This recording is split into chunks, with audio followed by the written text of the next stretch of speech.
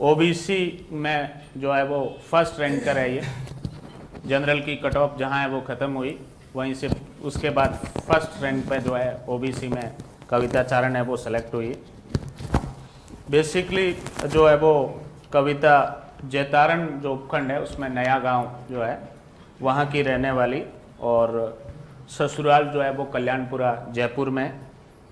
LLB कविता ने 2018 में complete की सेंट विल्फ्रेड है वो कॉलेज से, मानसरोवर में स्थित है वो कॉलेज।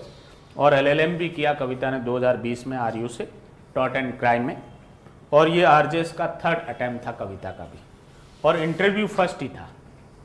अटैम्प्ट वो थर्ड था। 2019 में भी जो है वो मेंस लिखा, 2022 में भी मेंस लिखा, और इस बार जो है वो इंटरव्यू कॉल हुआ, और ईश्वरीय कृपा और इनकी मेहनत से जो है इस बार ये सफल रहे इस वो परीक्षा के अंदर 89 रैंक से सेलेक्ट होने में।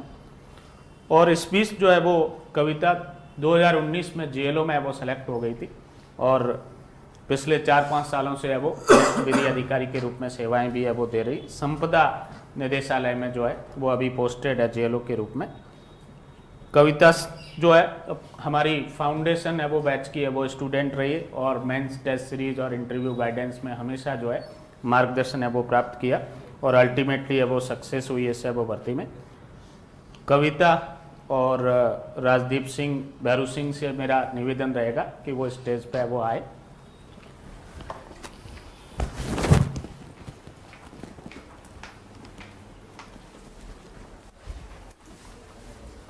राजदीप जी आप आ जाएंगे।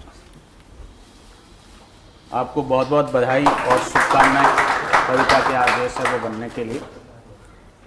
यस भैरू सिंह जी। हाँ बहुत मेहनत की थी, मुझे पता है। आपको भी बहुत बहुत बधाई और शुभकामनाएं। और स्टिक भी है सर काफी, तो कभी टेस्ट छोड़ देते तो पूरा काज टेस्ट क्यों नहीं दिया, आंकलन करते। आप भी थोड़े इधर आ जाए थोड़ा। कविता आपको भी बहुत बहुत बधाई और शुभकामनाएं।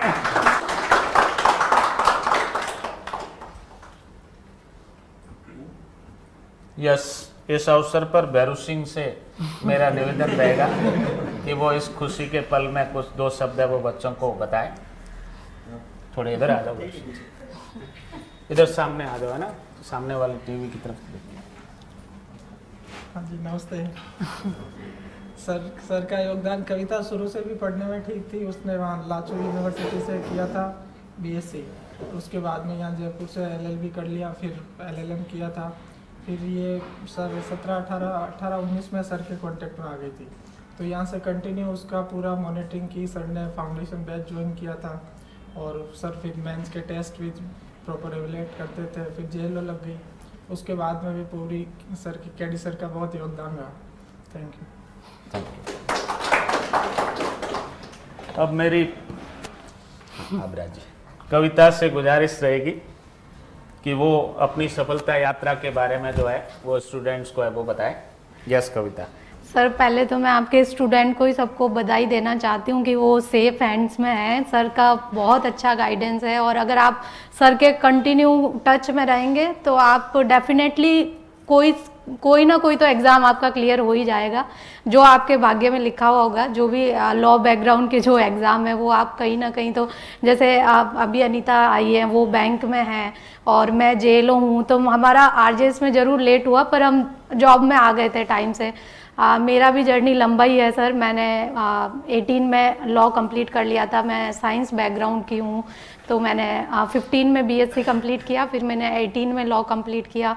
फिर जब लॉ कंप्लीट हो गया था तब मेरी 21 एज थी, और वो अटेम्प्ट मुझे लग रहा था उस टाइम 23 एज थी, तो मुझे लगा मैं दे नहीं पाऊँगी। पढ़ाई तो मैं करती थी, पर फिर सर 2019 में प्री के जस्ट पहले नोटिफिकेशन आया कि 21 एज वाले भी दे सकते हैं। फिर मैं सर के पास आई प्री के एग्ज़ाम टेस्ट सीरीज़ के लिए कि सर, तो सर फिर सर ने बोला कि ठीक है अभी तो आपके पास कम टाइम है तो आप करो। फिर मैंने करा, प्री मेरा क्लियर हो गया, पर उस टाइम मेरा मेंस नहीं हुआ। उसके बाद फिर मेरा जेएलओ में गया, उसके बाद से मैं कंटिन्यू सर के टच में हूँ। मेरी जोधपुर पोस्टिंग हो गई, वहाँ पे भी सर फ़ोन करके पूछते थे कि कविता तुम पढ़ रहे हो कि नहीं, तुम्हें एक सीट क्लियर करनी है। फिर सर मेरे को बोलते थे आपका एड्रेस भेजो, मैं आपको नोट्स भेजूंगा, मैं आपको अपडेटेड ऐसे राइटिंग भेजूंगा, अपडेटेड जो भी केस लॉज वगैरह वो सब सर वहाँ भेजते थे मुझे। तो सर का बहुत अच्छा मॉनिटरिंग की वजह से वहाँ पे भी मुझे मोटिवेशन मिलता था कि मैं कोई तो है जो मुझे सुपरवाइज कर रहा है तो मुझे सर को वापस क्या रिप्लाई करना है, मुझे वापस सर को क्या बताना है कि मैंने कितना पढ़ा है कि नहीं पढ़ा है। तो ये सब चीज़ें, सर का सुपरविज़न बहुत अच्छा है। जो पढ़ने वाला बच्चा उस पर तो सर स्पेशली बहुत अच्छे से प्रॉपर उसकी जो प्रोग्रेस चेक करते हैं कि वो कितना पढ़ रहा है कितना नहीं पढ़ रहा है। तो सर बहुत स्टूडेंट्स को लेके सर बहुत सीरियस हैं। तो आप बहुत सेफ हैंड्स में हैं, आप अगर सर के कांटेक्ट में रहेंगे तो आपका पक्का हो जाएगा। Okay sir, thank you so much sir. Kavita ने अपने सारगर्भित उद्बोधन में बहुत कुछ है वो बता दिया आप लोगों को। बस एक ही बात है कि लगातार आपको प्रयास करते रहना है और एक दिन आएगा कि आप लोग भी इधर आके खड़े होके और जो आपके जूनियर्स होंगे या आपके बाद जो है वो तैयारी करने वाले स्टूडेंट्स होंगे उनको मोटिवेट है वो करेंगे। अगेन अनीता और कविता और उनके परिवारजनों को बहुत बहुत बधाई और शुभकामनाएं।